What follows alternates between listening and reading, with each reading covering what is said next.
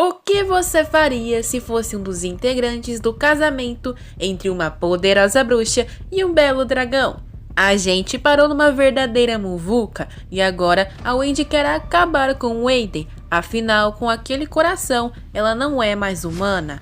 Ela se culpa por ter sido uma tola dormindo com ele no início e desfere um tapão na cara dele. Irada de raiva, ela pensa que o garoto já sabia que se encheria de fúria e mesmo assim ele fez aquilo. Ela segura seu colarinho e diz que implorar e chorar não vai resolver as coisas dessa vez. Aiden fala que não teve escolha e a bruxa pergunta o que diabos ele quer dela, sendo que ela já estava disposta a se casar. O mago fala que não poderia suportar a ideia de um dia piscar e a bruxa não estar mais ao seu lado. Ele estava se sentindo ansioso com aquilo. A Wendy fica em silêncio e o empurra na parede, mandando ele não ousar chorar. Ela se vira friamente e diz que deve ser divertido enganá-la inúmeras vezes. Casamento e amor, nada daquilo importa.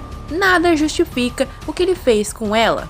Sendo sem o consentimento da bruxa, aquilo é uma violência. Após alguns segundos de silêncio, ela se afasta e não deixa o ex-noivo a seguir, dizendo para ele não tocá-la e ameaçando sumir caso ele a persiga.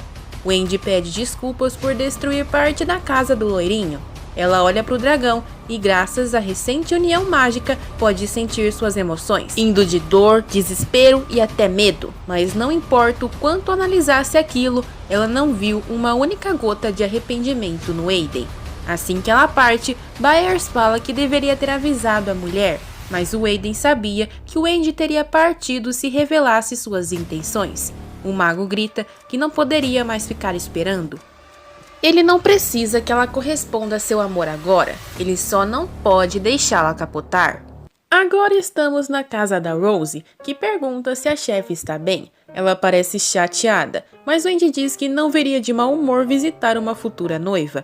Mas não dá pra mentir pra garota. Ela fala que está sim meio mal, e a Rose fala que aquilo é frequente, principalmente quando estão terminando um trabalho. Ela diz que aquilo faz sentido, já que trabalhar com os cheliques de Logan em volta é complicado. Ela anda preocupada com quem vai querer casar com uma pessoa como ele, e a Wendy diz que Nick é um santo por aguentar o temperamento da mulher. A bruxa elogia a casa nova, que é vizinha da de Wendy. Agora, os dois noivos, que já não desgrudavam um do outro há anos, deram um novo passo em sua relação. Rose diz que não consegue se imaginar sem ele, e a bruxa fica pensativa. Como será que deve ser não conseguir imaginar o mundo sem a pessoa que ama? A bruxa aceitou aquele chá da tarde porque não queria ficar sozinha em casa. Ela estava sentindo um segundo coração batendo no peito, e aquilo a queimava como fogo.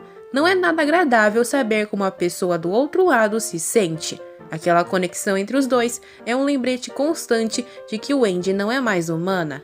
A Rose pergunta se o motivo do estresse da chefe é o Aiden. A bruxa fica com raiva na hora e pergunta por que ficaria chateada com aquele desgraçado. Não dá nem pra esconder, né?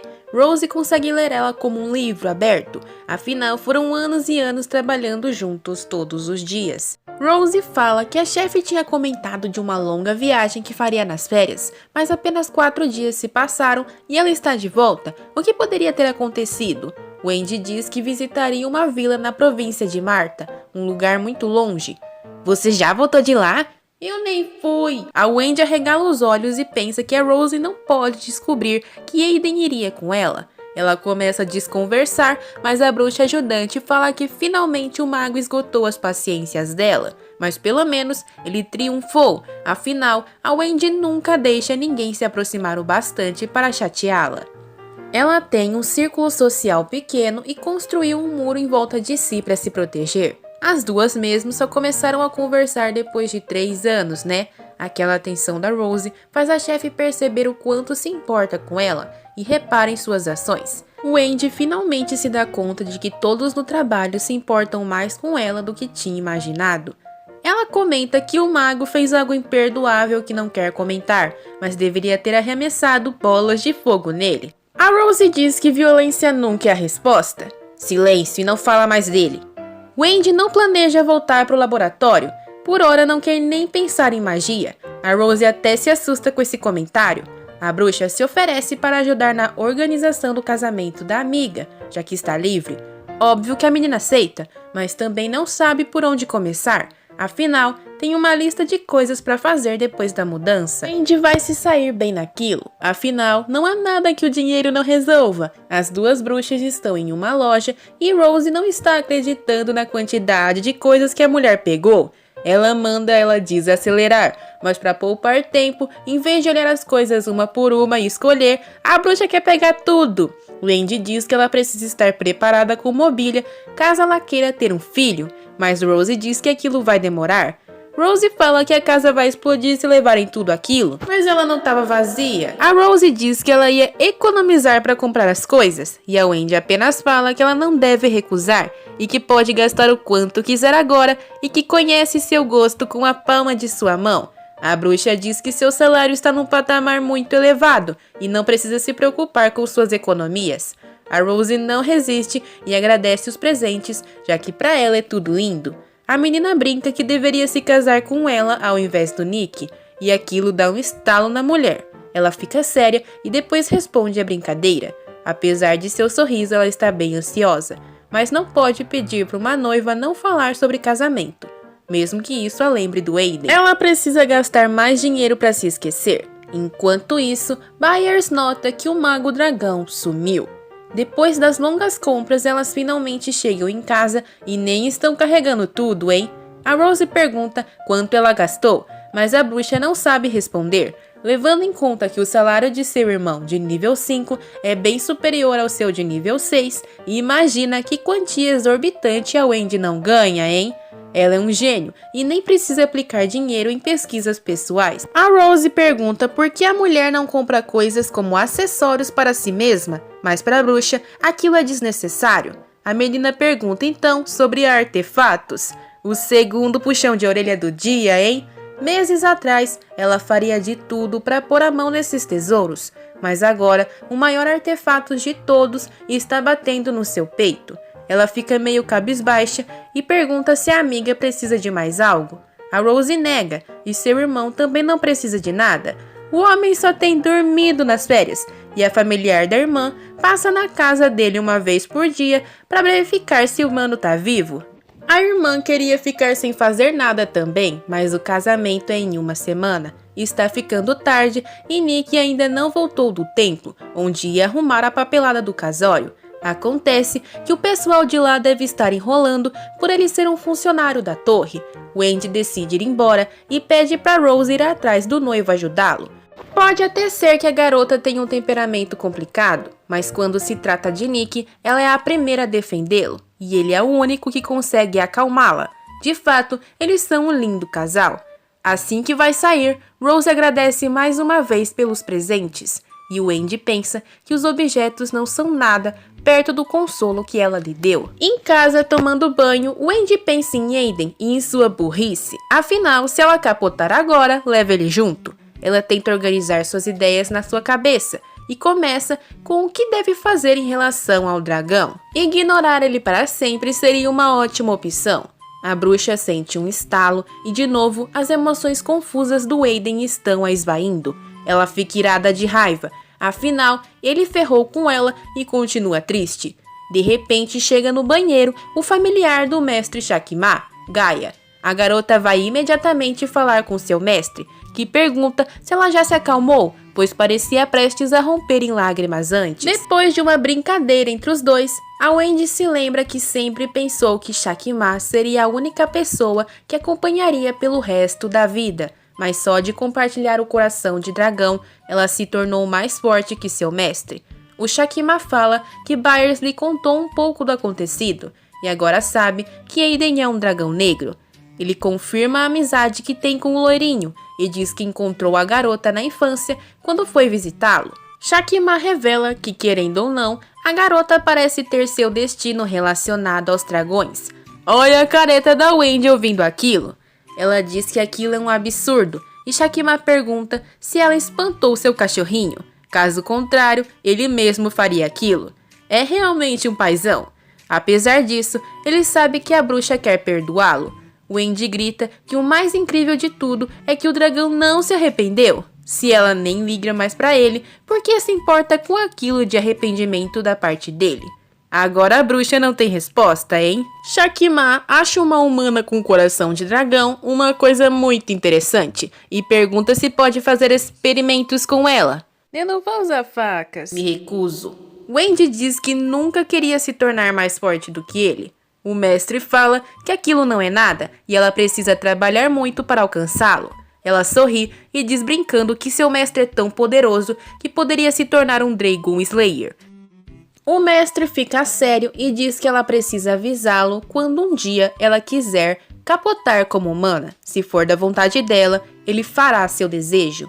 Wendy segura a vontade de chorar e diz que preferiria que ele capotasse Wendy. Ela está muito mais feliz porque o mestre lhe deu uma escolha: viver ou capotar como Wendy Blanchett, uma humana.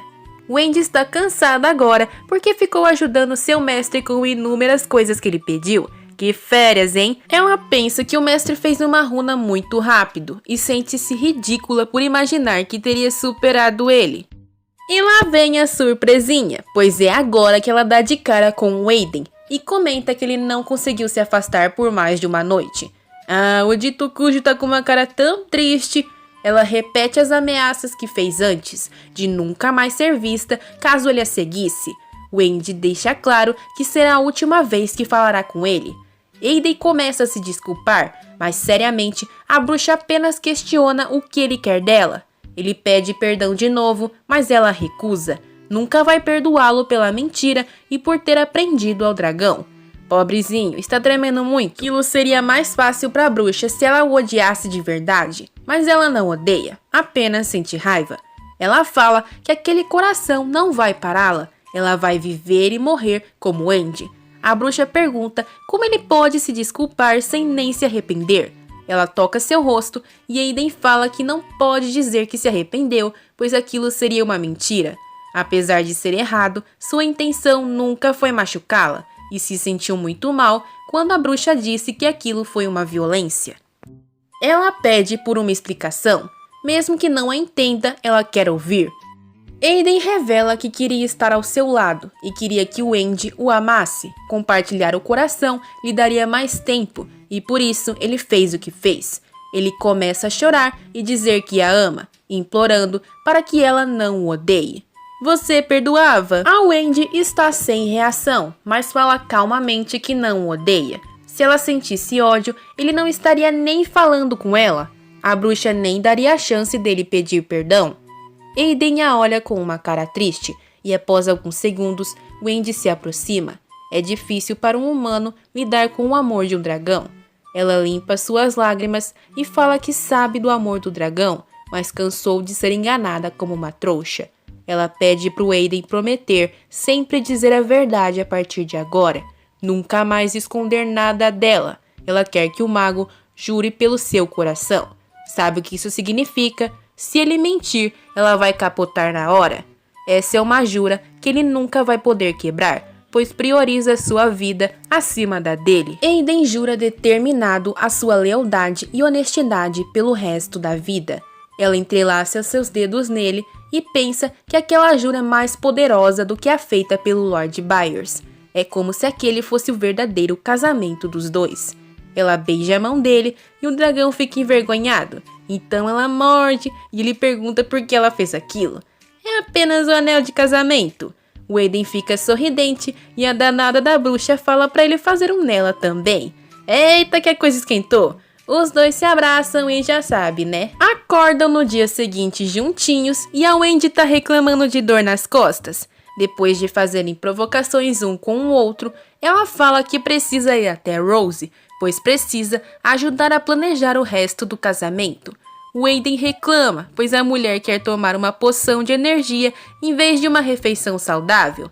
Os dois discutem um pouco sobre questões de vigor, sabe? Aquelas férias mal começaram, mas os dois já passaram por muita coisa. Quem diria que eles estariam deitados lado a lado depois de uma briga feia daquelas? Wendy pensa em tirar um cochilo rápido antes de fazer seus afazeres. Aiden beija sua testa e deseja bons sonhos para sua bruxa. E aí, gostaram desse fofo final de capítulo? Querem mais? Então deixem o like e compartilhem. e sayonara!